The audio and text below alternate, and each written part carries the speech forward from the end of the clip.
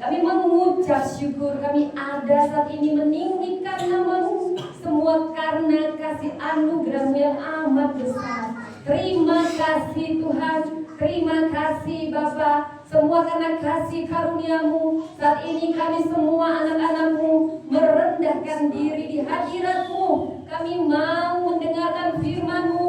Berfirmanlah Tuhan, ya Roh Kudus Kau bekerja, pribadi lepas pribadi. Hamba-Mu hanyalah alat-Mu. Sembunyikan di balik kuasa salib-Mu, biar setiap perkataan, setiap firman tidak pernah kembali sia-sia. Kami buka hati kami seperti tanah yang subur. Berfirmanlah dan benih itu bertumbuh. Kami bukan hanya pendengar, tapi kami akan menjadi pelaku firman-Mu. Urapan-Mu memenuhi tempat ini. Tutup bungkus tempat ini semuanya dengan kuasa darah Yesus. Kami sepakat, kami patahkan segala penghalang pemberitaan firman. Kami hancurkan dengan kuasa darah Kristus. Berfirmanlah Tuhan, di dalam nama Tuhan Yesus kami berdoa.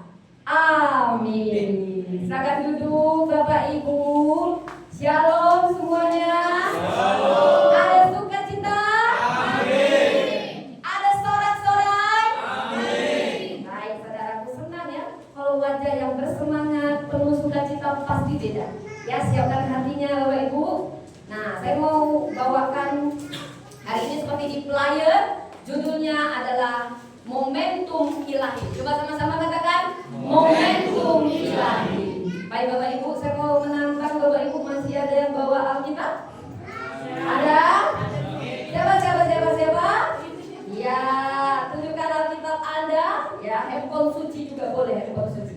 Tapi saya memberi penghargaan bagi mereka yang tetap membawa Alkitabnya. Oke, angkat Alkitabnya, kita akan deklarasi iman dengan Alkitab ini. Ikuti saya Bapak Ibu, angkat handphone sucinya.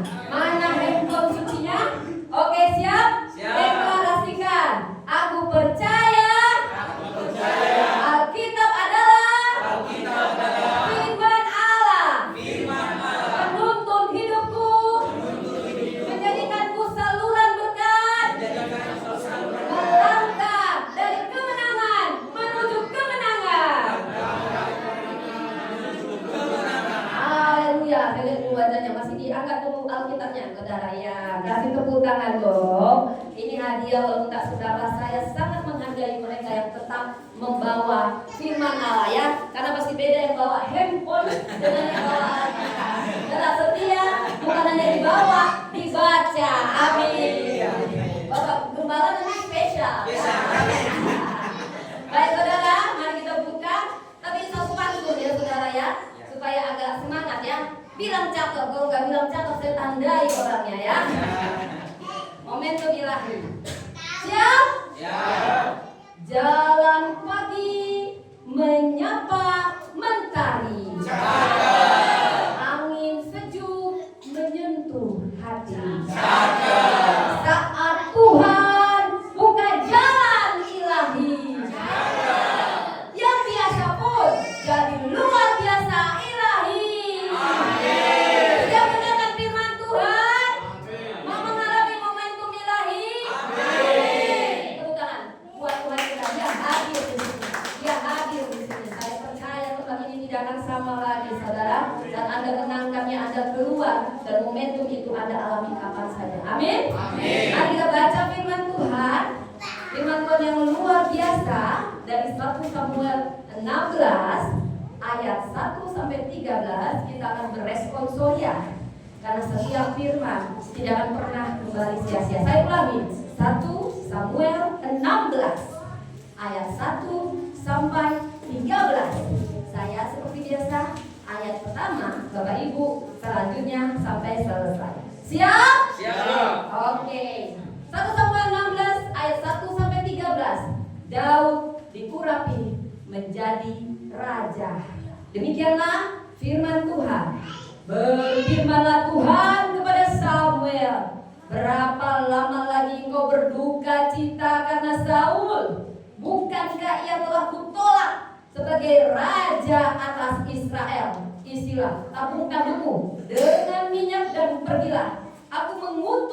beritahu kepada Isai orang Bethlehem itu, sebab di antara anak-anaknya telah kupilih seorang raja bagiku. Bapak Ibu.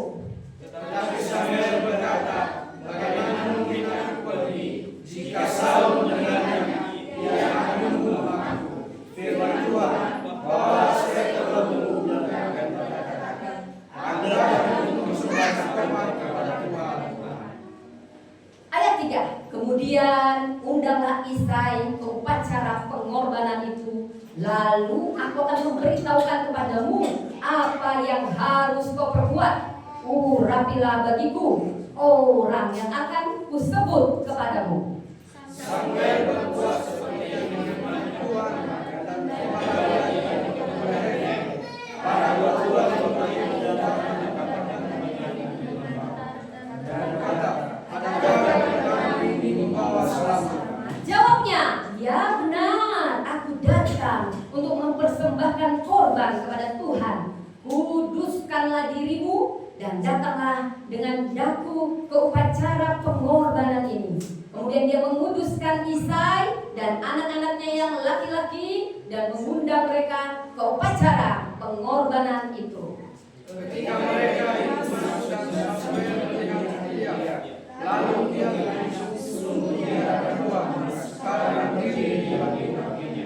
Tetapi berfirmanlah Tuhan kepada Samuel, janganlah pandang parasnya atau perawakan yang tinggi, sebab aku telah menolaknya. Bukan yang dilihat manusia, yang dilihat Allah. Manusia melihat apa yang di depan mata, tetapi Tuhan melihat hati. Lalu Isai memanggil anaknya dan menyuruhnya kepada Samuel. Tetapi Samuel berkata, orang ini pun tidak dari Tuhan. Kemudian Isai menyuruh Syama lewat, tetapi Samuel berkata, orang ini pun tidak dipilih Tuhan. Demikianlah Isai menyuruh ketujuh anaknya lewat di depan Samuel. Tetapi Samuel berkata kepada Isai, semuanya ini tidak dari Tuhan. Lalu Samuel berkata kepada Isai, inikah anakmu semuanya?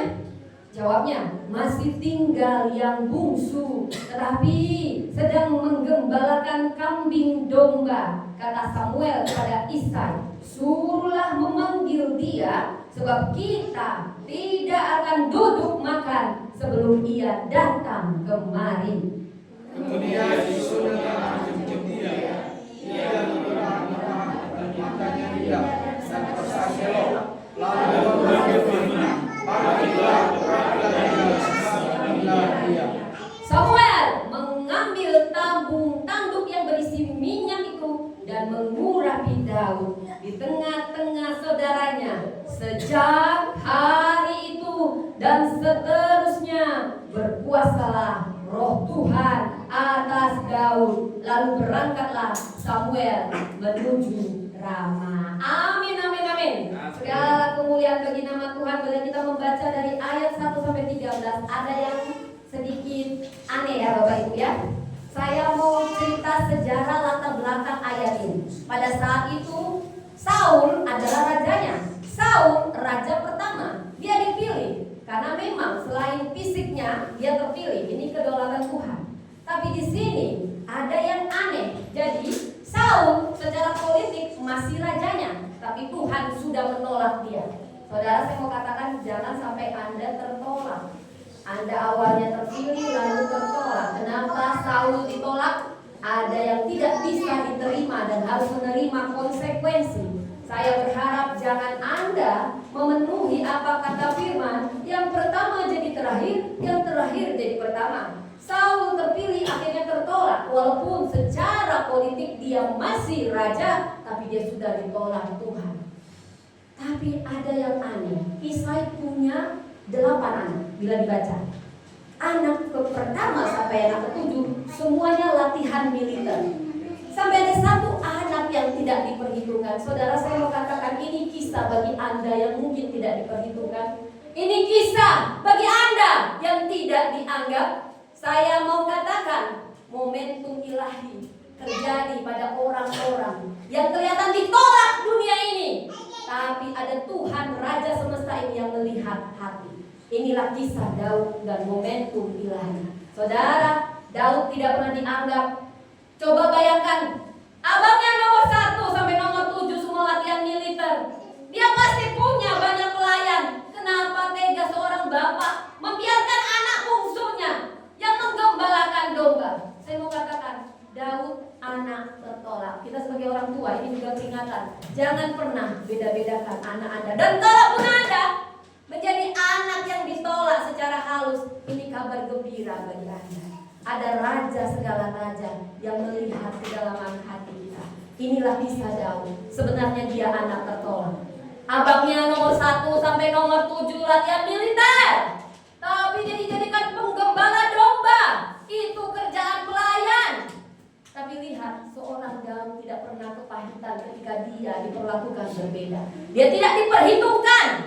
Sampai bapaknya gak pernah memperhitungkan dia untuk diperkenalkan sama Samuel. Saudara, ada yang Tuhan sembunyikan untuk sesuatu yang luar biasa. Kalau Anda tidak pernah pahit dan kalau Anda merespon dengan benar. Daud tidak dianggap, tapi yang tidak dianggap dipilih Tuhan. Dia diurapi jadi raja. Saudara, ini kisahnya. Samuel menganga, ini pasti diurapi Tuhan. Tinggi, ganteng? Tidak. Ini pasti diurapi Tuhan. Wow, luar biasa? Tidak. Sampai ditanya, Isai, mana anakmu? Ini semua? Iya, ini semua.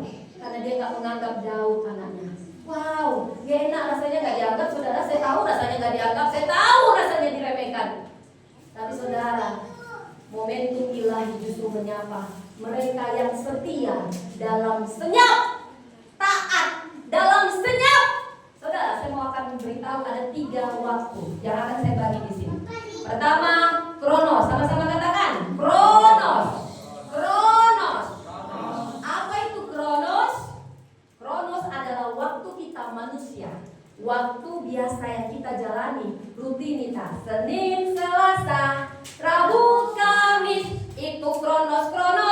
Kemudian bulan Januari, Februari, Maret, April sampai Desember, itu Kronos. Mengatakan Kronos. Makanya kalau ada di pengadilan bagaimana kronologisnya, nah itu dari kata Yunani Kronos, waktu manusia. Coba Kronos, waktu manusia.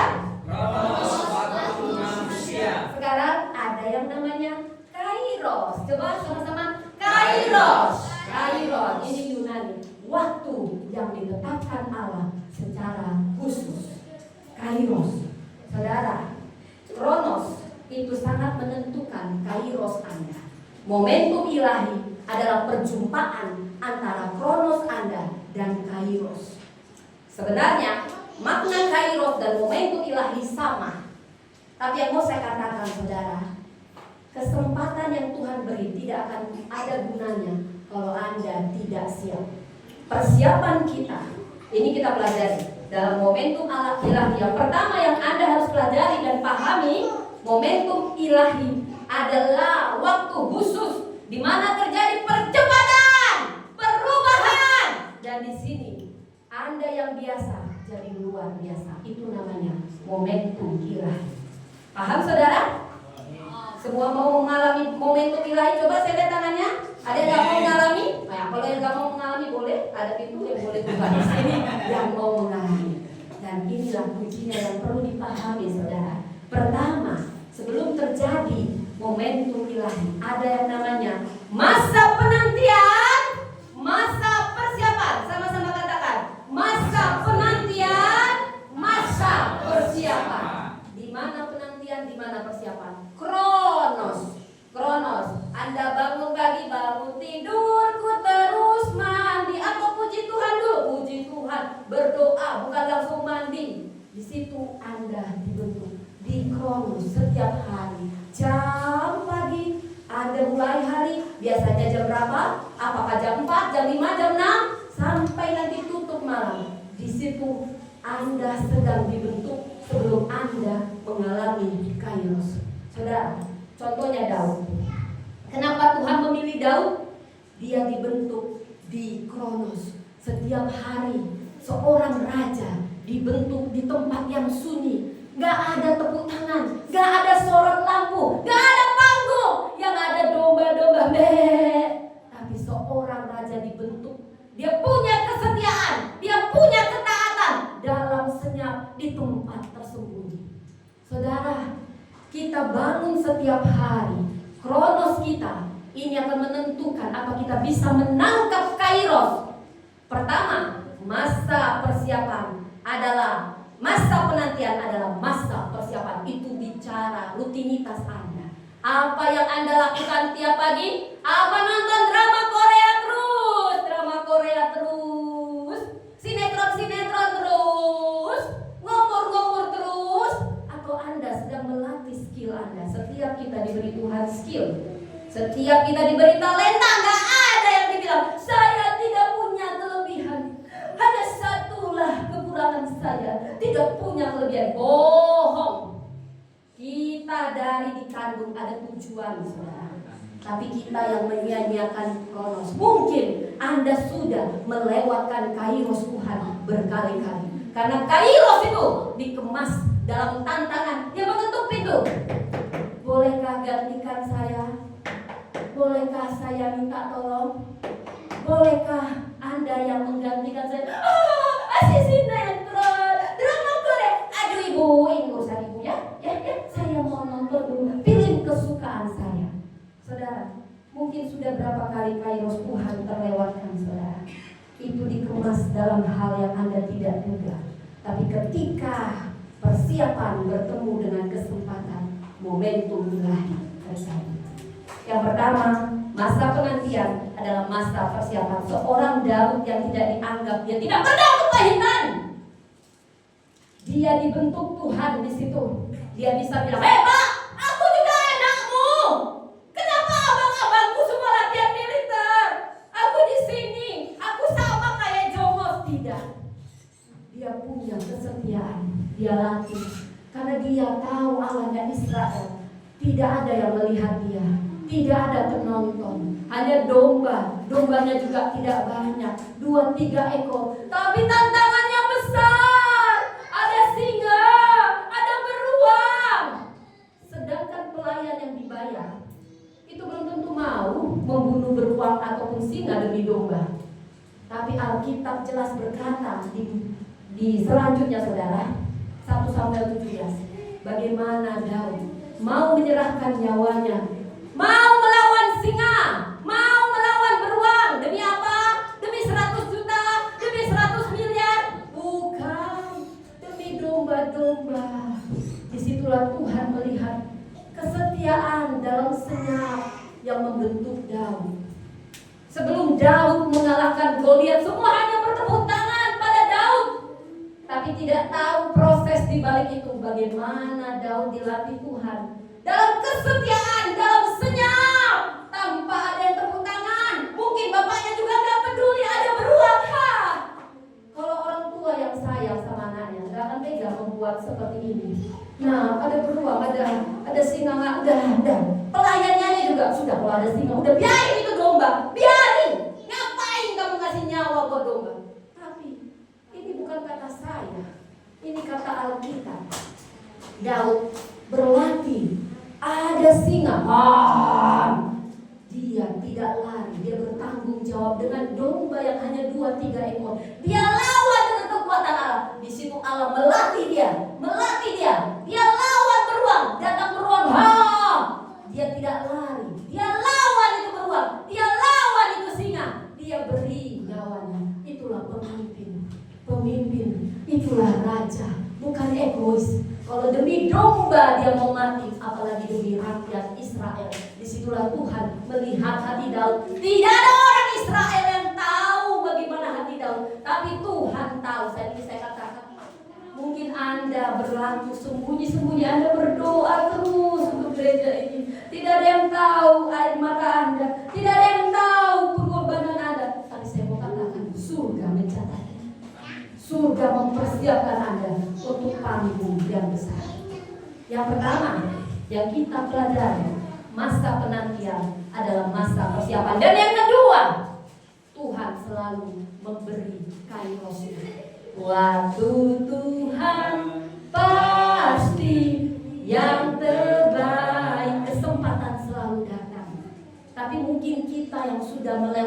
3 kesempatan, 4 kesempatan. Karena apa? Karena tidak ada persiapan. Karena apa? Karena tidak peka. Karena apa? Karena kita sibuk dengan kesenangan, bukan melatih diri, melatih diri. Saya mau cerita. Siapa di sini pernah nonton film Harry Potter? Siapa yang suka nonton film Harry Potter? Yang suka baca? Yang nggak tahu apa-apa? Jadi saya mau cerita, suami saya pernah menguatkan saya. Suami saya jauh, saudara. Ini suami saya tercinta, Nova Rantanto, Onjo yang sangat keraton. Dia menikah dengan saya, orang Batak yang sangat orang, ya kan? Jadi kita saling melengkapi, saudara. Ada waktunya kita punya suami, kita nggak bisa berharap dari suami. Siapapun nggak bisa kita harapkan. Ada waktunya Tuhan izinkan itu, saudara. Kita yang harus menanggungnya. Karena apa? Karena Tuhan membentuk kita pribadi, lepas pribadi. Tapi saya senang suami saya menguatkan saya dalam pergumulan saya untuk menyelesaikan studi. Saya seperti ibu itu gendong anak yang studi teologi, buat makalah, kita belajar sambil saya gendong anak, saudara. Sambil saya gendong anak, saya mau nangis, saya mau tidur, saya mau nonton film Korea, saya mau seperti ibu-ibu yang lain. Biar suami saya yang kerja, saya pokoknya ngurusin anak aja. Tapi saudara, ketika saya mengubah pikiran saya, anak bukan penghalang, tapi justru itu kekuatan tersembunyi yang melatih kita. Suami saya mengambil contoh Rowling. Dia adalah penulis naskah Harry Potter. 12 kali dia ditolak, saudara. Pak, saya mau kasih naskah. Maaf ya Bu, dia janda miskin, dicerai, ibunya meninggal, dia miskin sekali. Ada 3 anak yang harus dia tanggung. Negara membantu dia. Sambil dia kerja mungkin serabutan, dia menulis naskah, dia mengasah skillnya. Ditolak sekali gak apa-apa, 2 kali gak apa-apa, 3 kali. Mungkin kita ditolak 3 kali, kita akan bilang, aku sudah berusaha, tapi aku ditolak. Tapi ibu ini tidak menyerah. Sambil dia kerja serabutan nanggung 3 anaknya, ditolak, dianggap remeh mungkin penampilannya. Aduh, ibu-ibu bisa apa ini ibu-ibu? Tapi ditolak, dia latih lagi karena dia memang suka menulis. Dia latih, dia tidak terintimidasi. Anak ini akan kubuktikan. Suami bilang, ibu ini ditolak 12 kali. Mama, saya tahu rasanya ditolak Bapak Ibu.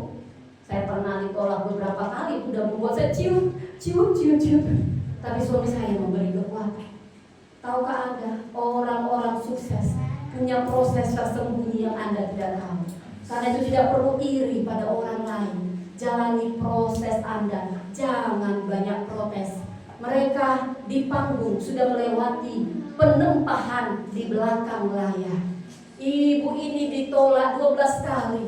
Janda 3 anak. Dia tidak mengasihani dirinya. Dia latih skillnya. Dia ambil KP-KP murah. Saya ingat waktu di Jogja bayar sendiri. Saya ngambil KP murah sampai tukang KP-nya ini ibu dari pagi sampai sore gak pulang-pulang. Cuman makan Indomie 6.000 di Jogja, saudara. Karena saya sedang menumpang internet. Tapi orang-orang yang mau dilatih, dia tidak pernah mengeluh, tidak cari alasan, tapi dia cari jalan keluar, peluang, latihan, sampai dia tidak menyerah. Ke 12 kali dia ketuk. Ini naskah Harry Potter. Dan kairos Tuhan tiba.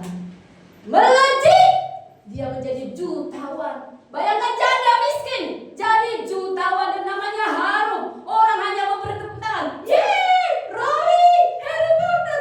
Tapi tidak tahu 10 tahun mungkin, 20 tahun mungkin air mata membentuk ini.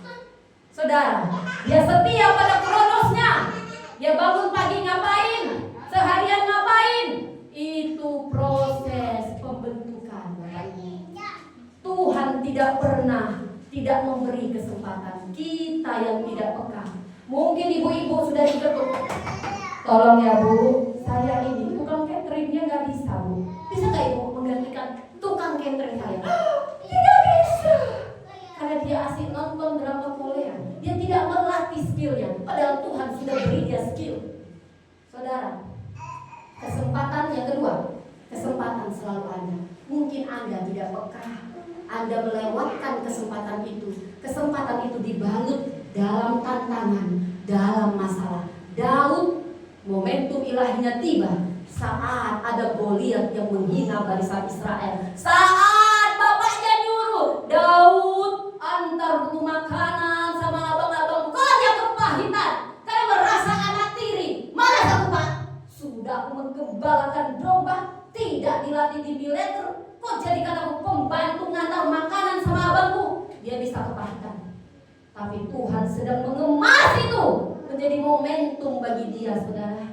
Momentum ketika dia tetap dengan ketulusan. Wah, ini kesempatan. Aku bisa melihat bagaimana medan perang. Aku selalu disembunyikan di penggembalaan. Dia tidak pernah kepahitan.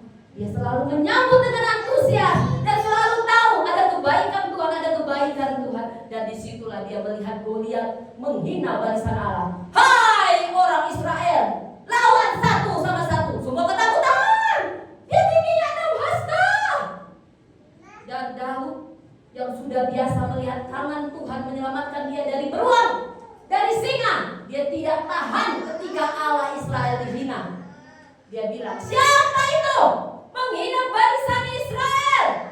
Allah yang menolongku ketika aku mencabik singa, ketika aku mencabik beruang. Allah yang sama juga akan menolong aku untuk mengalahkan Goliat.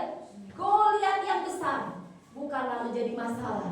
Dia melihat inilah orang-orang yang punya persiapan. Masalah, tantangan, peluang. Masalah, tantangan, peluang. Itulah orang yang sudah terlatih di Kronos. Disiplin, setia, latih terus. Maka setiap masalah yang Tuhan izinkan mungkin adalah kairos Anda ketika Anda punya persiapan. Tapi kalau Anda hanya lalat mengeluh, nantilah ya kalau datang Bapak Gembala baru aku beri yang terbaik. Nantilah ya kalau aku dipromosikan baru aku beri yang terbaik. Terbalik, Anda beri yang terbaik, promosi datang, dikemas dalam masalah. Tiba-tiba Anda disuruh menggantikan, tiba-tiba Anda disuruh, Anda sudah siap. Masalah, peluang, tantangan, peluang, momentum ilahi. Saudara, saya mau cerita janda Sarfat. Ada yang dengar janda Sarfat? Pernah dengar? Yang ketiga, tadi yang pertama, tolong dicatat Bapak Ibu, biasakan mencatat 70%. Anda mencatat 70% Anda sudah menyerah. Pertama, momentum ilahi, masa penantian, masa persiapan. Kedua, kairos selalu diberi kepada setiap orang, kita peka atau tidak. Ketiga, Tuhan belum selesai dengan cerita hidup Anda. Tuhan adalah sutradara agung. Kita semua adalah pemeran utama dalam kisah hidup kita. Tapi masalahnya ini pemerannya menantang kaya.